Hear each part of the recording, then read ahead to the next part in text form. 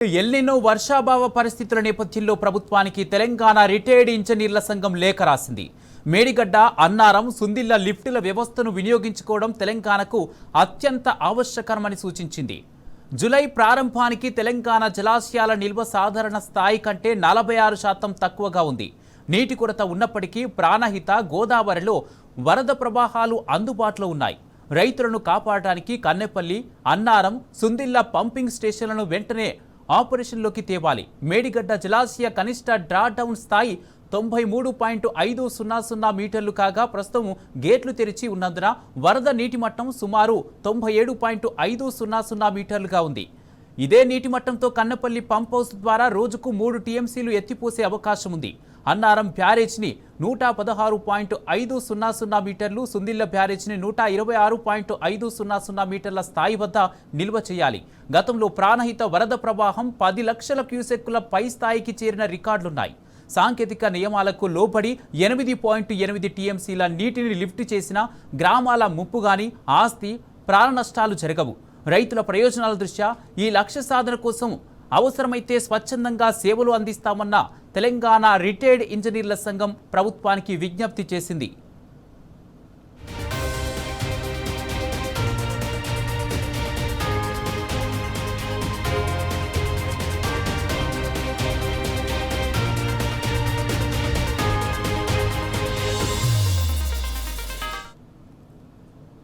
ఇదే అంశానికి సంబంధించి పూర్తి అప్డేట్స్ మా ప్రతినిధి లివిల్ అందజేస్తారు.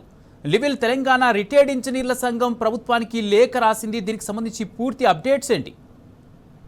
వాళ్ళ రాష్ట్రంలో ఎల్నినో ప్రభావం తీవ్ర రూపం దాల్చిన నేపథ్యంలో ఇప్పటికైనా రాష్ట్ర ప్రభుత్వం తన మొద్దు నిద్ర వీడాలి, తన అలసత్వాన్ని పక్కన పెట్టాలి, కక్ష సాధింపు చర్యలు పెట్టాలనే ఒక ఉద్దేశంతో ఇవాళ తెలంగాణ రిటైర్డ్ ఇంజనీర్ల సంఘం కూడా గొంతెత్తింది.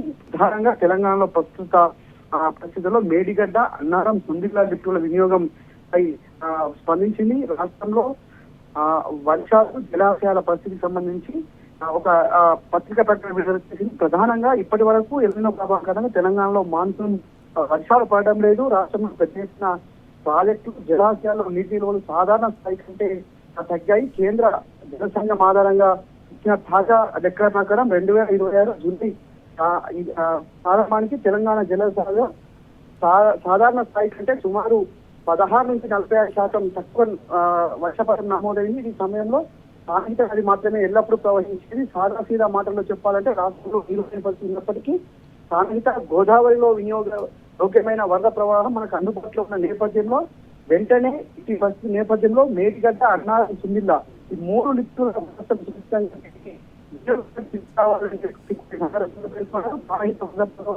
తగినంత ఉన్నప్పుడు మేడిగడ్డ బరాజు నీటిని లిఫ్ట్ చేయడానికి అవకాశం కలదు. ఇక్కడ హైడ్రాలిక్ స్థితి అనుకూలంగా ఉన్న కంటిపల్లి పంపింగ్ స్టేషన్ కి నీటిని సరఫరా చేయడానికి అవసరమైన మేడిగడ్డ జలాశయ కనిష్ట డ్రాడౌన్ స్థాయి +93.500 మీటర్లు. ఇది ప్రస్తుతం గేట్లు పూర్తిగా తెరిచి ఉన్న పరిస్థితుల్లో ప్రాణహిత వరద నీటి మట్టం సుమారు అంటే +97.500 మీటర్ల ఎడ్రెగ్యులేషన్ ఆధారంగా కన్నెపల్లి పంప్ దగ్గర సుమారు 3 టీఎంసీల నీటిని తీసే సామర్థ్యం కల ఉంది అని చెప్పేసి కూడా పేర్కొన్నారు. జలాశయాల కనిష్ట డ్రాడౌన్ స్థాయిల వద్ద నీటి నిల్వ చేయాలి. అన్నారం వద్ద సుమారు +116 మీటర్ల లేవల్, సుందిళ్ల దగ్గర +120 మీటర్ల లేఅవుట్ దగ్గర స్థాయిలో బరాజులు సురక్షిత పరిధిలో ఉంటాయి. 3 పంపింగ్ స్టేషన్లు ఒకే సమన్వయంతో పనిచేయగలుగుతాయి. అన్నారం జలాశయంలో సుమారు 5.1 టీఎంసీ, సుందిళ్లలో సుమారు 3.7 టీఎంసీలు కలిపితే మొత్తం 8.8 టీఎంసీల వరకు నీటి సామర్థ్యం ఉంది. ఒకవేళ పై 2 బరాజులు ఒకేసారి ప్రమాదానికి గురైనప్పుడు 8.8 టీఎంసీల నీరు నదిలో అంటే 1.02 లక్షల క్యూసెక్కుల ప్రవాహం వేరుతో 24 గంటల మాత్రమే ఉంటుంది. అలాగా 2.04 లక్షల క్యూసెక్లు 12 గంటలు, అట్లే 4.2 లక్షలు 6 గంటల పరిధిలో అంటే 3 గంటలు మాత్రమే ఉంటుంది. అంతకు మించి ఇక్కడ ప్రవాహం ఎక్కువ ఉధృత ఉండదు కనుక మేడిగడ్డ వద్ద నమోదైన ప్రాణహిత ఆధారిత వరద రోజుల్లో సుమారు 10 లక్షల క్యూసెక్ల పై స్థాయికి చేరింది. అలాంటి రికార్డులు ఉన్నాయి. కానీ ఆ లిఫ్ట్ ను ఆపరేట్ చేయడంలో ఇవాళ ప్రభుత్వం వలసత్వం వహిస్తుందని చెప్పేసి కూడా స్పష్టంగా పేర్కొన్నారు. ఏదైతే ఇలాంటి సమయంలో 3 నుంచి 6 గంటల సుమారు 8.8 టీఎంసీ నీటిని 3 లిఫ్టుల్లో తీసుకొచ్చి గొలుసు వచ్చిన ఆస్తి నష్టం ప్రాణ నష్టం మూలలో ఇటువంటి అపాయ అనుభవాలు ఎక్కడ కనిపించడం లేదని కూడా స్పష్టం చేసింది. ప్రాణహిత వరద నీటి మట్టం మేడిగడ్డ కంటే ఎత్తుగా కొనసాగున్నంత కాలం మేడిగడ్డ నుంచి కన్నెపల్లి స్టేషన్ నీటిని లిఫ్ట్ చేసి అన్నారం సుందిల్ల బరాజులకు MDDS స్థాయిల వద్ద కొనసాగిస్తూ నీటిని ఎల్లంపల్లి వరకు తరలించడం హైడ్రాలిక్ పరంగా స్థిరమైన నమ్మకమైన విధానం అని కూడా స్పష్టం చేసింది.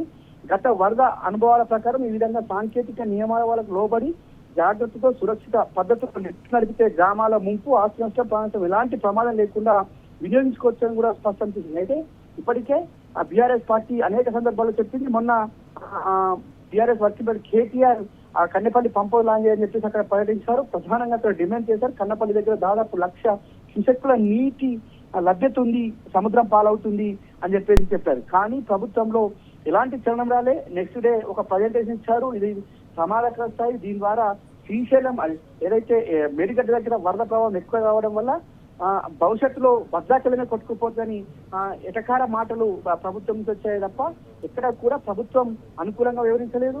కానీ వాళ్ళ రిటైర్డ్ ఇంజనీర్ సైతం తెలంగాణ రాష్ట్రానికి వెన్నుముకగా ఉన్న రిటైర్డ్ ఇంజనీర్లు ఆనాడు బరాజులు కట్టడం కావచ్చు, తెలంగాణ నీటి హక్కులు వినియోగించుకోవడంలో నిత్యం పోరాటం చేస్తున్న రిటైర్డ్ ఇంజనీర్ సైతం వాళ్ళ ఎల్నినో ప్రభావంతో రాష్ట్రంలో రైతన్న అంధకారంలోకి పోతున్నాడు. రైతులు తీరు ఇబ్బందులు పడుతున్నారు.